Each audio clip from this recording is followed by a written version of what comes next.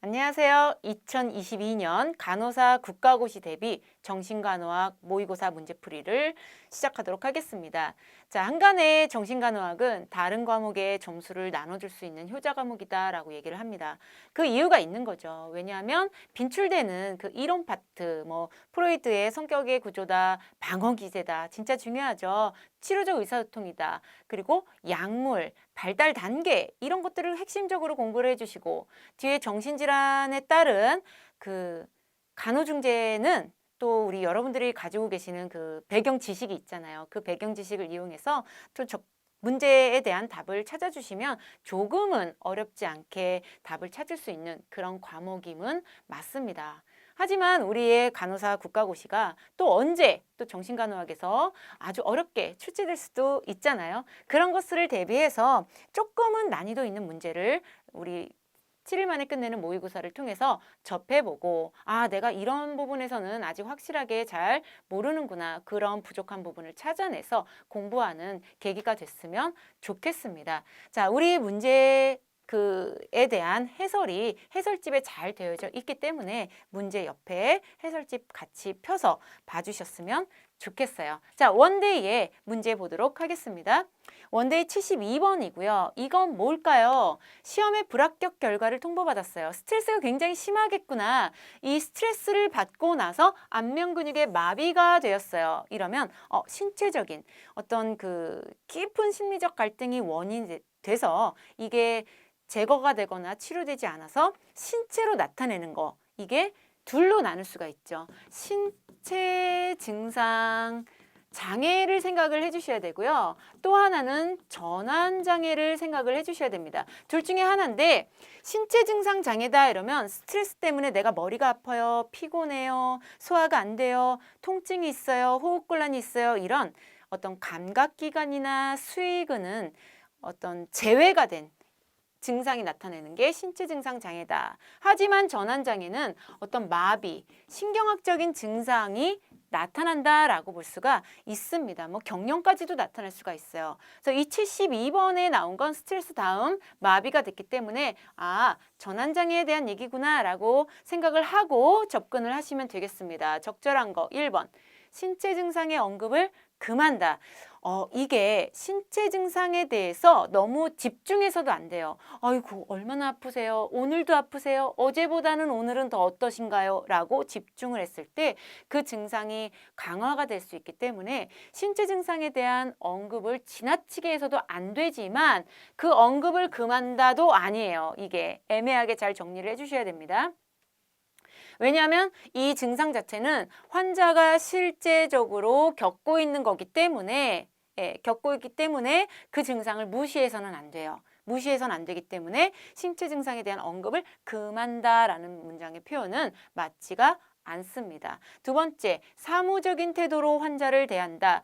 냉정하게 객관적인 태도 보다는 사무적인 태도보다는 따뜻하고 수용적이고 어떤 그 일관된 신뢰가 있는 수용적인 태도 받아들임 그리고 신뢰 일관됨 이런 것들이 더 도움이 될 거예요. 그래서 2번에 X로 해주시고요.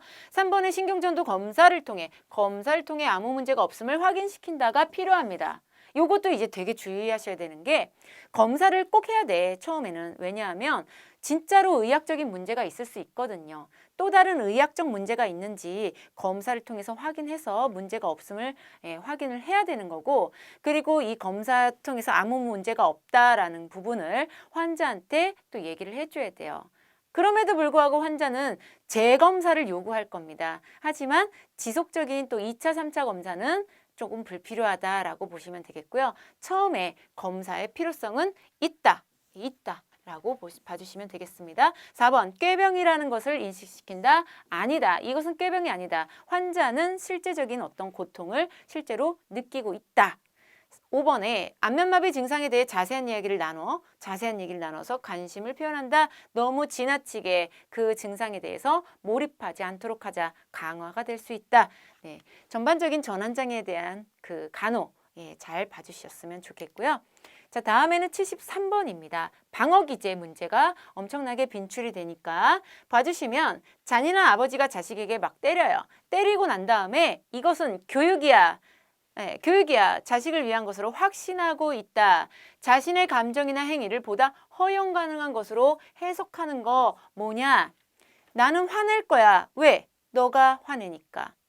그죠? 그래서 자기의 그 행동에 대한 어떤 합리적인 확실한 명확한 이유를 만들어낸다. 73번의 3번입니다. 합리화. 우리가 많이 하고 있는 또 다른 합리화 있잖아요. 맛있게 먹으면 0칼로리. 합리화죠. 자, 1번의 투사랑 많이 헷갈릴 수 있습니다. 투사는 대표적으로 남 탓한다라고 생각을 하시면 되겠어요. 너 때문이야. 너가 그렇게 행동하니까 내가 이렇게 행동해. 펜 때문이야. 펜이 이 모양이니까 글씨가 이렇게 엉망이 되는 거야. 이게 투사다라고 생각하시면 되겠고요. 반동형성은 내가 가지고 있는 속마음과는 반대대로 행동해요. 그래서 미운 아이 떡 하나 더 준다. 그리고 우리 미성숙한 성격을 갖고 있으면 좋아하는 마음이 있으면 좋다고 표현해야 되는데 이걸 표현을 못하니까 가서 괴롭히고 도망가고 관심을 받기 위해 행동을 막 하게 되는 거 반동 형성입니다. 동일시는 이거죠. 내가 어떤 우리 아빠 뭐 애들 중에 서로 싸워요. 서로 싸우는데 싸우다 말고 불리해지면 이렇게 우리 아빠 의사다. 우리 아빠 차 있다. 뭐 옛날에 그럼 동일시 이런 것도 있고요. 주지화. 이 합리화가 또 주지화랑 헷갈려요.